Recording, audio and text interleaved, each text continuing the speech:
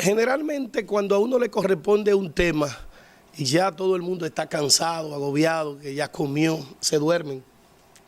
Y es difícil cautivar la atención de los demás. Eso me trae a colación la obra de un gran expresidente de la República, cuando hablaba de los grandes próceres de la República Dominicana y se refería a tres grandes oradores.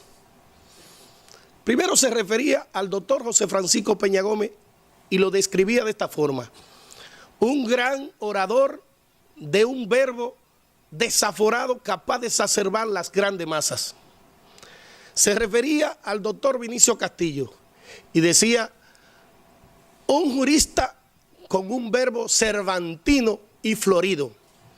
Y por último, hablaba del arzobispo Meriño, a quien lo catalogaba como el pico de oro, y decía de este que era un cautivador de la atención. Cuenta dentro de sus anécdotas que en una ocasión al obispo le correspondió dar una conferencia en un escenario como este, y viendo que todo el mundo se estaba durmiendo, exclamó: maldito, desgraciado. Todo el mundo fijó su atención en el obispo, porque jamás pensaban que en la palabra de un obispo podrían resaltar esa palabra. Dice: así dicen los que no quieren saber del Señor. A mí me corresponde hablar de la tutela judicial efectiva.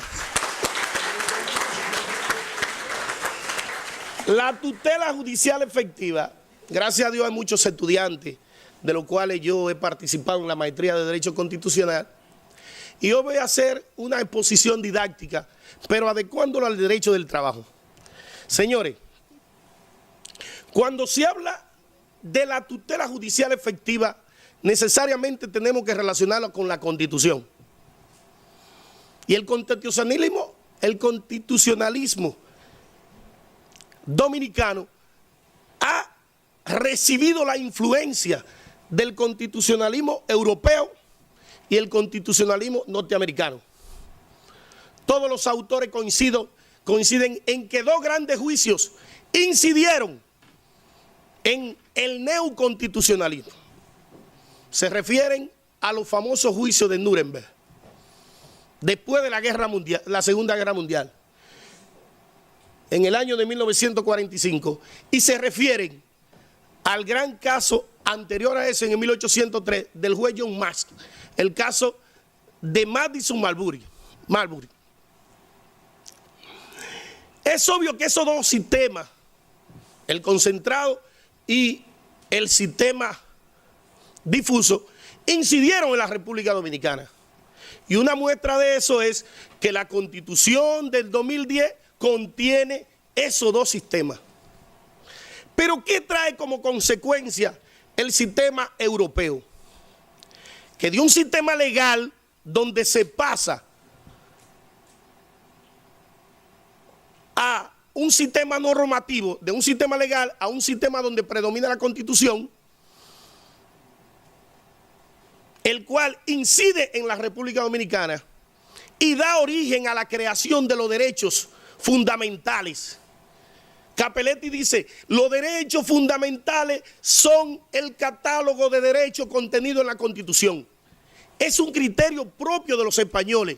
Para los españoles solamente el catálogo de derechos contenido en su Constitución son derechos fundamentales. Ahora, Luigi Ferrajoli, en su fundamento de derecho fundamental, dice que no, que la condición humana es lo que debe tomarse en consideración para saber si un derecho fundamental o no.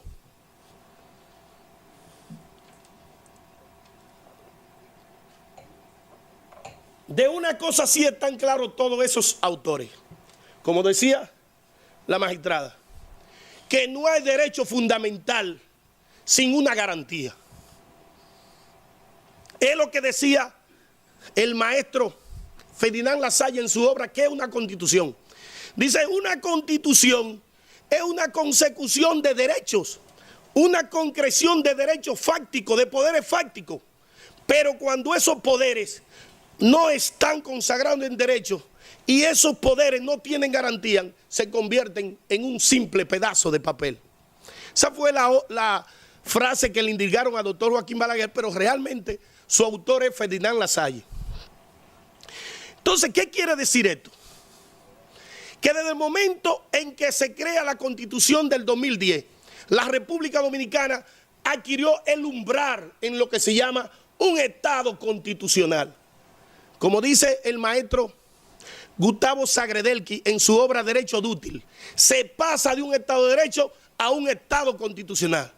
Y un Estado constitucional, dice el presidente, el español Monroy en su obra La interpretación de la Constitución, dice, un Estado constitucional significa que todos los poderes del Estado, público y privado, deben someterse a la letra de la Constitución. ¿Y qué significa esto y por qué esta introducción? Porque la República Dominicana, desde el momento en que se creó ese Tribunal Constitucional, pasó a un Estado constitucional. Y estamos viviendo lo que se llama en el nuevo derecho el neoconstitucionalismo, la nueva visión del derecho constitucional que ha copado todo el ordenamiento jurídico dominicano. El derecho del trabajo no escapa a esa incidencia, como tampoco el derecho procesal. De ahí que el máximo exponente de la escuela albuquerquiana, el doctor Rafael Albuquerque, en su ponencia, aquí nos hablaba de un nuevo derecho del trabajo del siglo XXI. Yo le llamaría de un derecho laboral constitucional. ¿Por qué? Porque a partir de que la Constitución forma parte ya como fuente, y por eso le decía al doctor Albuquerque, profesor, los libros suyos van a ser modificados, ¿verdad? Y dice, sí, por una razón, porque debe de incluir en su obra dos fuentes esenciales, la Constitución y las decisiones del Tribunal Constitucional, porque el Tribunal Constitucional hace a veces lo que dice Dworkin en su obra de los derechos en serie, es un legislador negativo que expulsa toda aquella norma o decisiones que atenten contra la letra de las normas constitucionales. Entonces,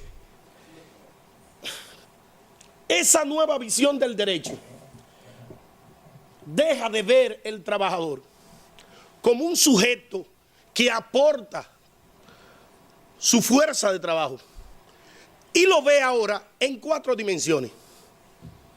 El trabajador al momento de ingresar a la empresa, el trabajador al momento de ejecutar el trabajo y el trabajador al momento de terminar su contrato de trabajo, porque todos sus derechos en esos 3 escenarios deben ser tutelados, y ahí es donde entra el tema que nosotros vamos a referirnos brevemente, la tutela judicial efectiva. ¿Qué es la tutela judicial efectiva? La tutela judicial efectiva es un conjunto de condiciones y garantías que le permitan al trabajador el acceso ante los tribunales con igualdad de posibilidades de defensa y lograr una sentencia motivada. De manera que cuando hablamos de tutela judicial efectiva, nos estamos refiriendo a un derecho fundamental. Ahora, ese derecho fundamental tiene una garantía o un mecanismo para hacerlo efectivo. Y esa garantía se llama el debido proceso de ley. Déjeme decirle que en la República Dominicana han sido muy influenciados del derecho español. Y esa influencia del derecho español ha llevado a que nuestro Tribunal Constitucional establezca que el debido proceso es un derecho fundamental. Yo entiendo que más que un derecho fundamental, es una garantía constitucional. El verdadero derecho es el derecho a la tutela judicial. Y a través de el debido proceso se garantiza la tutela judicial efectiva. El Tribunal Constitucional Español, cuando define la tutela judicial efectiva, dice, el derecho a tutela judicial efectiva es el derecho que toda la persona de tener acceso al sistema judicial y obtener de los tribunales una resolución motivada, no permitiendo que por parte de esta se pueda sufrir indefección al no permitírsele ejercer todas las facultades que legalmente tienen reconocidas. Ahora bien, el derecho a la tutela judicial efectiva en materia laboral se sustenta en 4 pilares. Primero, una justicia accesible. Segundo, igualdad de posibilidades para desarrollar sus medios de defensa. Tercero, una sentencia motivada. Creo que en materia laboral, a diferencia del proceso civil, es donde se cumple más la constitucionalización del proceso. ¿Por qué? Porque el procedimiento tiene que ser expedito, rápido, economía procesal, pero un procedimiento no cargado de formalismo, porque el exceso de formalidad impide el acceso a la justicia. Recuerdo una obra del doctor Rafael Caldera, fallecido, que él decía, el derecho de trabajo tiene que ser un procedimiento informal. ¿Por qué? Porque la naturaleza jurídica del salario y de las prestaciones es alimentaria y la rapidez de los procesos se justifica en que el trabajador prácticamente quiere la solución rápida para cubrir sus necesidades. El segundo elemento es igualdad de posibilidades de garantía de defensa. Significa que el juez, como director del proceso, tiene que crear las condiciones para que las partes puedan contradecir las pruebas, puedan debatir las conclusiones, para que las partes puedan ejercer su defensa y citado dentro de un plazo razonable que le permita desarrollar su defensa. Y por último, que se cumpla con una sentencia motivada. No significa que le dé al trabajador el derecho, sino que la sentencia sea la resultante de una verdadera adecuación de los hechos al derecho y que toda aquella norma que atente contra los derechos fundamentales del trabajador sean expulsadas del sistema. El juez laboral puede manejar la tutela judicial efectiva a través del control difuso. De oficio puede ordenar toda aquella norma que atenten contra los derechos de los cuales han hablado todos los exponentes y sobre todo el maestro Albuquerque, que nos habla de los derechos inespecíficos, que son derechos fundamentales que se mantienen en el trabajo. Bien acierta este gran maestro.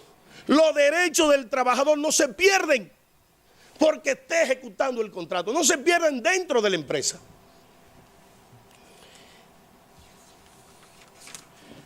Ahora bien, para finalizar, porque creo que ya hemos abundado mucho, vamos a establecer la diferencia entre el debido proceso y la tutela judicial efectiva.